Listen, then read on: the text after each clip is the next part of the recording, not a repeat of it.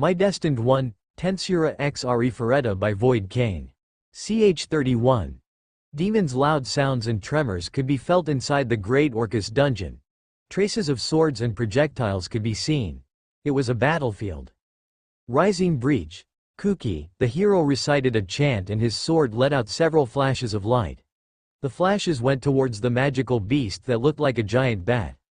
The magical beast was already bruised and could not resist. Plaft, its body fell to the ground. The place that Kuki and his group were at the moment was the 89th floor. The group was doing very well in conquering the dungeon and was close to the 100th floor, which they thought was the last floor. What they didn't know was that the dungeon had over 300 floors. The bat that Kuki had just killed was the last of a large group. Kuki's group scanned the surroundings and saw nothing, so they stopped to rest. Haha. We are very strong. We are almost at the end of the dungeon.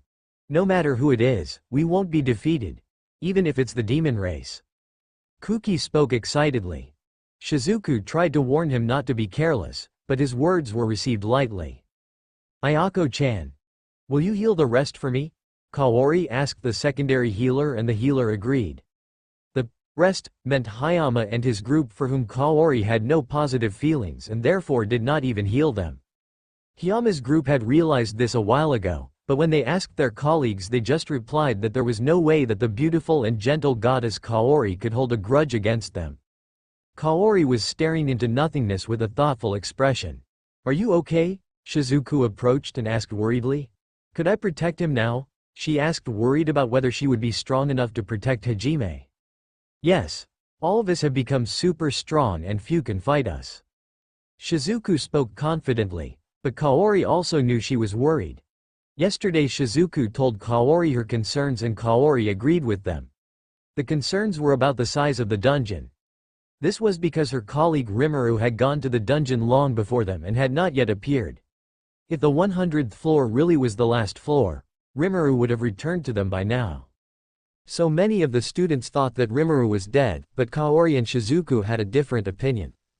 They had experienced firsthand Rimuru's devastating power and knew that even now that they had grown stronger they could not beat him. So they were wondering how he could die if they were alive. The conclusion they came to was that either they had more floors or there was a super powerful monster that would have killed Rimuru. They hoped it wasn't the second part, because if a monster could kill Rimuru they wouldn't stand a chance. Kaori smiled at Shizuku and said she was fine. Shizuku was still worried, but before she could say anything, Kaorin, the cheerful Suzu, arrived and jumped on Kaori. I won't let Kaorin be sad. Just heal me. There's no reason to heal others, heal only me, Jahihi. Suzu, but you're not even hurt. Where are you playing? My heart is wounded. Then heal me. More specifically, pamper me with your breasts. Breasts? Suzu groped Kaori like an old pervert and Kaori cringed in shame. At this moment Shizuku spoke up. Suzu. I know you don't care, but the boys are watching. The boys had blood coming out of their noses and were staring. They must have been thinking something rude. Suzu didn't stop, so Shizuku smacked her on the head. Thank you, Shizuku-chan, that was awkward. It's okay. I exterminated the pervert. Filled circle, filled circle, filled circle. Heroes' current group statuses.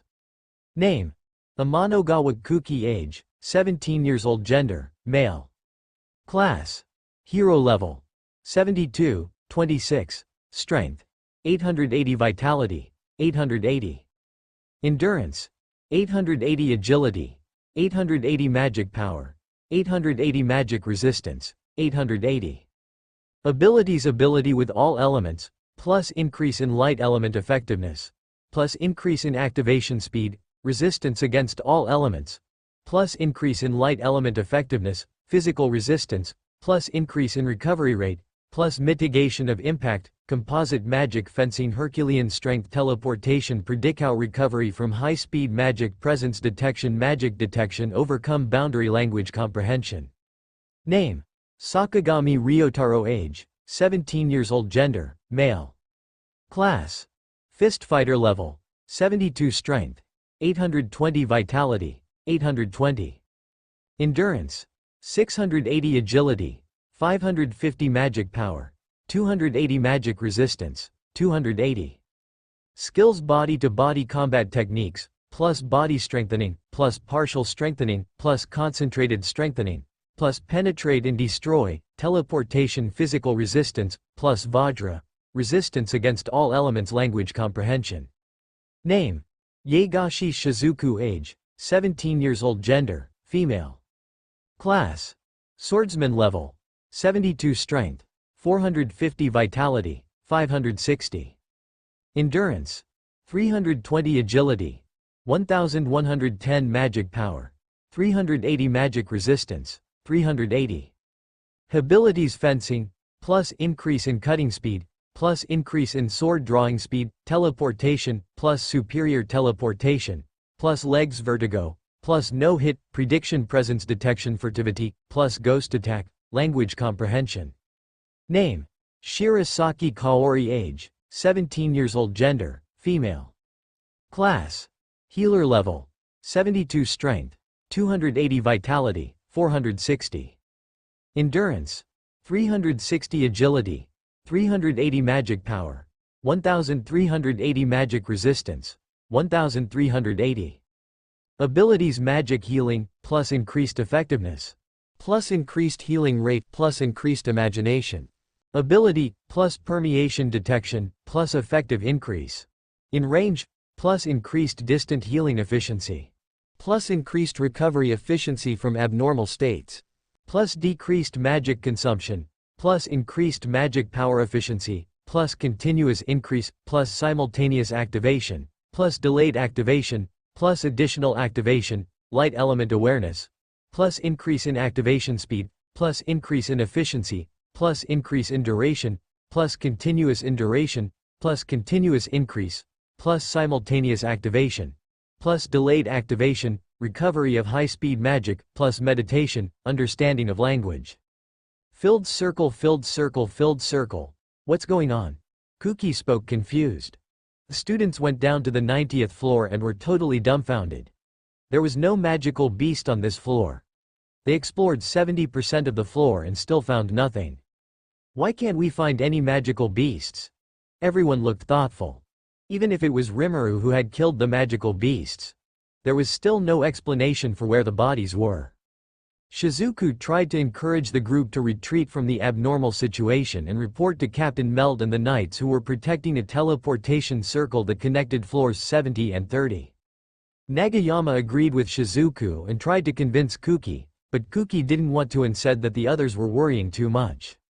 Kuki's reason for not backing down was arrogance. Kuki thought that nothing could hurt him with his current power and wanted to prove his worth. He thought that with his current strength he could beat even the Grim Reaper. The truth was that being saved by Chloe hurt his pride and he would not back down because he thought that could be considered cowardice. The group found a large room with monster blood all over the walls and floor. The students were thoughtful and Shizuku spoke up. I wonder why there are only traces in this room. Maybe whoever killed the other monsters didn't have time to clean up the tracks here, or it's a trap. A voice interrupted Shizuku. It was a somewhat thick female voice that spoke in an arrogant tone. Everyone looked in the direction of the voice and there was a woman with red hair, pointed ears and very vulgar clothes. This appearance reminded them of a description the church gave them. Race of demons. One of the students muttered and the woman revealed a cold smile. All the students widened their eyes in surprise. You in the ridiculously shiny armor are the hero, right? She pointed at Kuki and asked in a mocking tone. Shut up. Did I just get called ridiculous by a demon? By the way, what are you doing down here? Kuki used his anger to recover from his surprise and shouted a totally racist phrase at the woman. The woman just kept smiling and said, Sai, I am following orders after all. You there, hero, don't you want to come over to our side? What do you mean? You don't seem to understand things well. This is an invitation for you to come to the side of the demons. What do you think? I refuse. Are you asking me to betray my companions and this kingdom? Just as I heard the demon race is evil. How foolish to come here alone. We have numbers, so surrender now. Kuki replied without thinking or asking his companions for their opinion. It was foolish to think they had the advantage just because they had numbers. But Kuki was blind with rage that an evil demon had asked him to become a traitor, and he didn't care about the facts. The woman gave a smile. You say interesting things. Saying that I am here alone. Milo-sama, don't you think he is an idiot? Yes, I agree, Catalya. The woman named Catalya spoke a name they had never heard before and a voice answered them. The students broke into a cold sweat as this voice was frighteningly close to them. They looked in the direction of the voice and there was a young man leaning on the wall 5 meters away from them. Even Kuki, who had the detect presence skill, had not noticed him there. The young man the demon woman called Milo had pale skin and white hair.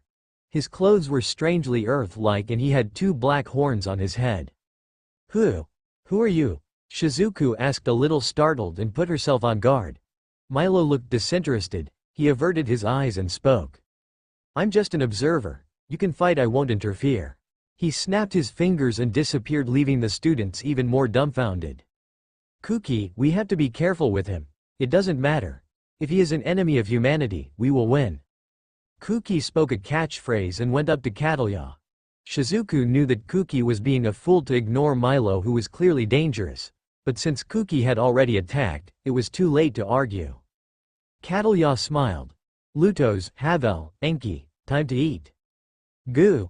Nagayama and Shizuku were thrown far away and gave confused groans. Even though Shizuku was the most skilled of the group, she couldn't dodge, and Nagayama, who was super tough, was still thrown backwards. Kaori healed them and they looked at the creatures that attacked them. The creatures that were now invisible were similar to chimeras. The chimeras attacked again, but were stopped by Suzu's barrier. The chimeras looked angry at the barrier and the students took advantage of it. Kuki approached and shouted. Get away from Shizuku. So it's okay to attack Nagayama? No one asked that question, but several thought about it. Kuki used teleportation to get closer and attacked the chimera in the neck. At the same time, Ryotaro moved with the other chimera with a karate chop. At this moment, Roar, Gara WWWR. 3 shadows appeared behind Kuki and Ryotaro. The shadows shot toward them with clubs in their hands. Kuki was thrown far away and Ryotaro defended from a club attack, but was thrown far away by a punch. The creatures that attacked them were the Brutals. They resembled ogres seen in video games. The group had encountered them before, but these were much stronger than the ones they encountered. The vanguard tried to attack with a powerful fire spell, but the spell was absorbed by a magical turtle-shaped beast that was the size of a car. Very good, Absid. Catalya spoke and Absid charged a shot. Its hoof glowed and a red light appeared in its open mouth. The light shot toward the students. Come succession of the protective light and be revived as long as I have the will. Interruption from the sky. Suzu made a barrier and defended. She looked struggling, so Kaori also made another barrier to ease her burden. The students began to fight with the magical beasts and the chimeras, and the Brutals were almost dead when Ka www. A red light filled the room. The light was coming from a white bird on Catalya's shoulder and it healed all the magical beasts' injuries. I am impossible. A healer. All students were with bitter faces. They would have to deliver fatal blows or they would not be able to win. The woman, seeing them like that, gave a smug smile. So, you will come over to our side? Don't play games with me. We will not surrender. Here I come. Overcome limit. Kuki replied angrily and set off. Oh, it's really a shame. Speaking this, the woman began to chant a spell. A Brutal stood between Kuki and Catalya. Sword of Light. He launched a blade of light that cut the Brutal in half. Kuki saw the empty space between him and the demon woman and increased the strength of his step. Groa. 6 chimeras appeared around him. They all attacked at the same time and he defended the attack of 2, but was thrown far away with the other attacks. Ack! He hit the wall and let out a cry of pain. Heavenly Splendor. Coercive Silo. Kaori used individual healing magic on Kuki and also formed a barrier around him. The chimeras were attacked from the rear and that gave Kuki time to get up. 4-winged crescent blade. He launched several blades of light and the chimeras would dodge, but Kaori used counter and restricted their movements. The chimeras were killed and Kuki spoke. How pitiful. You have lost your last resort. Now there is nothing left to protect you. Catalya, hearing his words, could only think, why do you need to declare that out loud? She then spoke. That was not my last resort. It's a bluff, then what am I holding? What? Catalya had a gray orb that was a result of the magic she chanted earlier. The gray orb let out a smoke that went towards Kuki's group. Gya! Grua! Kuki heard roars at his back and there were 5 brutals, 2 chimeras, several small 60-centimeter black cats and a 4-eyed wolf. Kuki was attacked by 2 black cats that had high agility. A brutal also attacked him along with a chimera. Kuki withstood the pressure of the attack, but was attacked by the 4-eyed wolf that had great strength and was thrown towards his group with several injuries. Kaori was healing Kuki and meanwhile Nomura Kentaru warned Suzu that the gray smoke was dangerous and Suzu put up a barrier. However, the barrier did not hold long and the smoke reached Suzu. She was petrified from the waist down and gave a cry of pain. The smoke was heading towards the rest of the students. Wind bomb. Kuki used a wind magic to blow the smoke away and Shizuku said they had to retreat. Kuki didn't want to, but gave in after seeing Suzu's condition. Fall back, he shouted and everyone followed his orders. 2 students carried Suzu and Nomura Kentaru. The earth mage began to prepare a spell. Kuki attacked the ceiling with blades of light causing several pieces of rubble to fall. Do you think I will let you escape? Catalya spoke and sent the monsters after the group, but Gruawar. The bodies of the chimeras began to rise and attack the monsters. Catalya was surprised as she had not heard of a necromancer in the heroes group. Nomura finished her spell and the ceiling began to fall even further, separating Catalya's group. Shit, Catalya cursed and heard a voice behind her. What are you going to do now? Milo-sama, I'll go after the fugitive first. I see. Don't forget that this is also a test. If I have to interfere, you won't be approved. Yes. The truth was that Catalya was being tested to become a demon lord. In this world, demon lord are the high-ranking members of the demon race. Milo was one of them and he was very revered because he was sent by the gods themselves. That is why Catalya called him Sama. Filled circle, filled circle, filled circle. Currently the heroes group was in a makeshift hideout in the Orcus dungeon. This hideout was made in a ready-made room in which they had to just block the entrance with earth magic. Kaori was healing Suzu from her partial petrification and Ayako was healing the others. Kuki was recovering from the overcome limit and the other students were resting while thinking about how to escape the current situation. A gloomy atmosphere filled the room. This was because all the students were thinking about the possibility of death. There was one member of the group who was not here. I hope Endo is okay. Nomura muttered. Endo Kosuke was a good friend of Nomura's and was known to have a thin shadow. He was the kind of person who forgets easily. Like, huh? Were you there? Or, huh? Where is he? And he was right next to him. This natural gift, for Kosuke it was more of a curse, intensified after the students arrived at Tortu's. This was because Kosuke's class was assassin which was focused on sneak attacks. After training he became so forgettable that even the magical beasts ignored him. For that reason the students asked him to run away and warned Captain Meld and the knights about the demon woman. Kosuke was reluctant, but the students encouraged him by saying, "Don't worry, no one notices you." Or, "I almost forgot you were here 2 seconds ago, so the magical beasts will definitely notice you." Or, "You are the most forgettable person in the world. That's why you're perfect for the job." These incentives made him accept and he ran away with tears streaming from his face. These tears were as much for abandoning his friends as for his words. "Don't worry, Nomura, no one will notice him. He's the most forgettable guy in the world." Yes, I agree, although if Endo heard that he would be crying. That's true. Haha. At this moment Kaori finished healing Suzu who woke up and said, "Ooh. I wonder if I'm in heaven. I must be to see a beauty like Kaorin and those breasts. Jahihihi." Suzu, I know you like to joke, but it's scary to hear you say that with a pale face. Suzu laughed like an old pervert at seeing Kaori and her friend Eri scolded her for it. This relaxed conversation improved the mood of the room a bit, but one of the students seemed to want to vent. "Hey, what are you guys laughing at? Huh? We're about to die and you guys are going."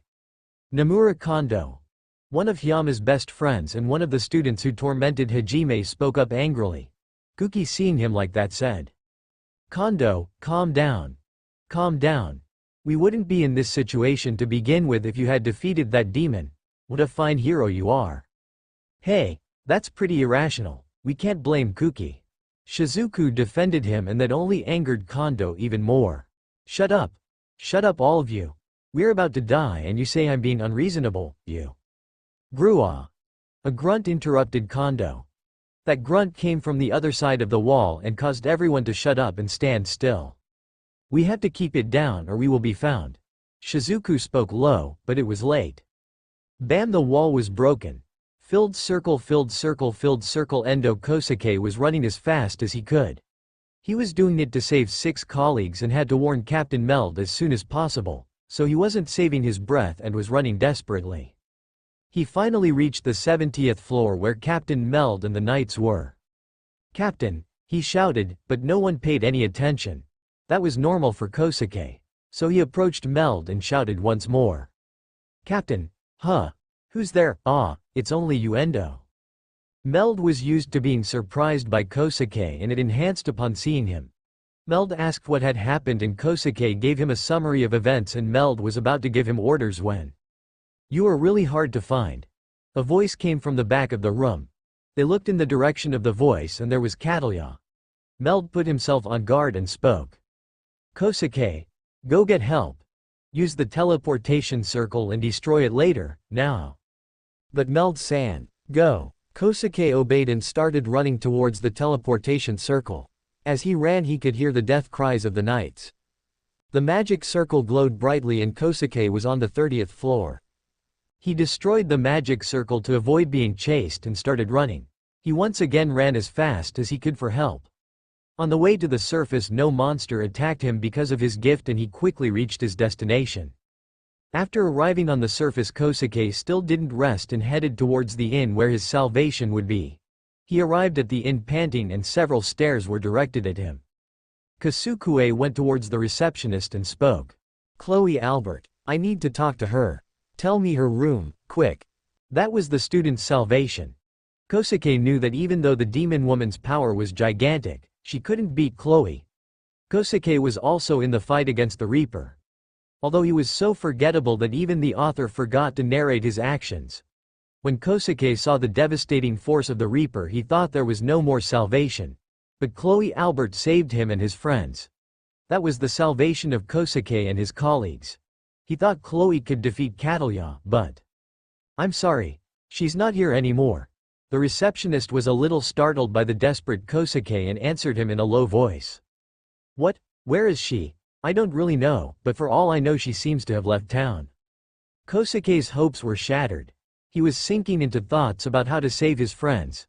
He decided that his last hope was the high-level adventurers. So he went toward the Adventurers Guild and abruptly opened the door. "Please someone help. Demons. Demons have appeared in the labyrinth." He shouted in desperation and got everyone's attention. At this moment, "Endo?" Kosuke heard voices of people he thought were dead.